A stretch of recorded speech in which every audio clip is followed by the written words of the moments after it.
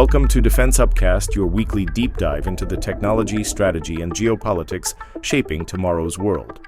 In a quiet ceremony that barely made international headlines, two nations just signed an agreement that could redraw the military balance of South Asia.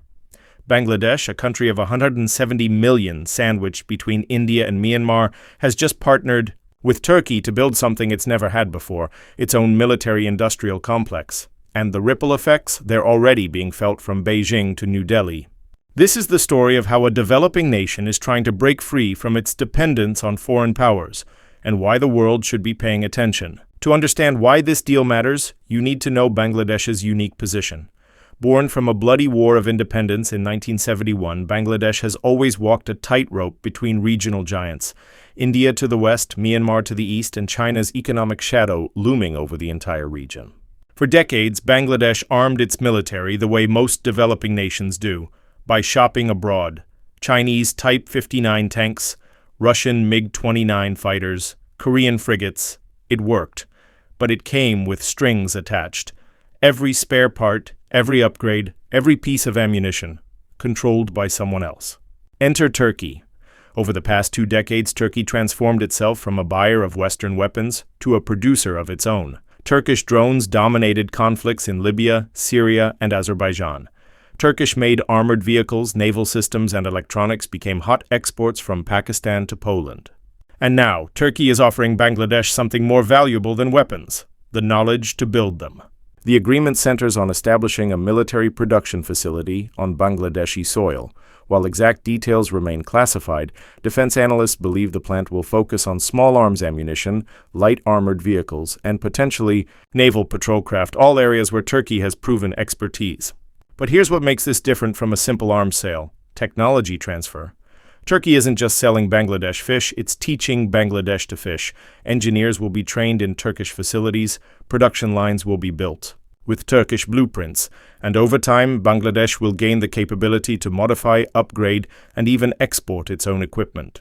For years, China has been Bangladesh's largest arms supplier, providing everything from submarines to fighter jets at friendship prices.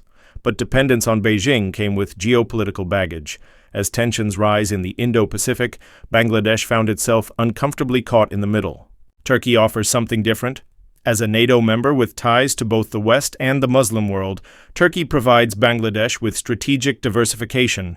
It's a hedge, a way to reduce reliance on any single power.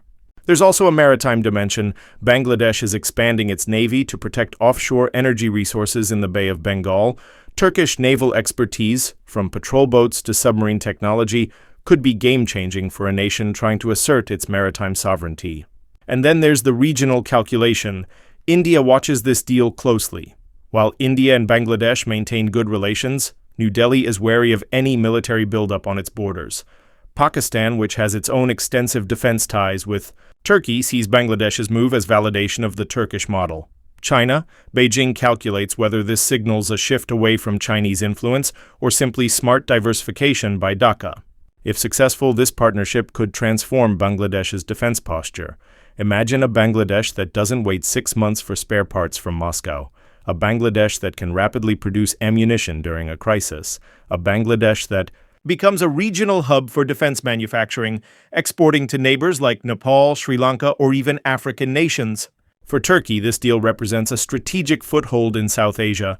Turkish defense exports hit record levels in recent years, but breaking into the Asian market, dominated by Russia, China, and Western giants, has been challenging. Bangladesh could be the gateway.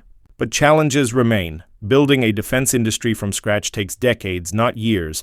Quality control, supply chain reliability, and skilled labor shortages could derail ambitious plans, and geopolitical pressure is inevitable.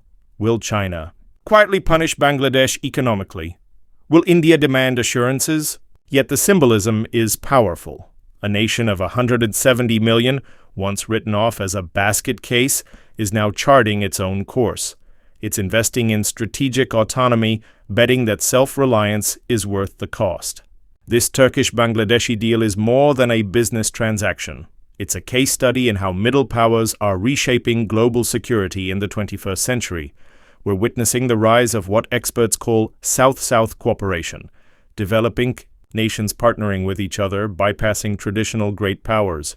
Turkey proved that a country can build a world-class defense industry without being a superpower.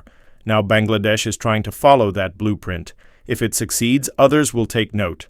If it fails, it'll be a cautionary tale about the limits of ambition. For now, the plan is still on paper, blueprints and promises. But in the complex chessboard of South Asian geopolitics, even symbolic moves matter.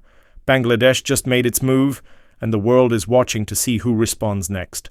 Because in the modern world, the ability to produce your own weapons isn't just about defense, it's about sovereignty.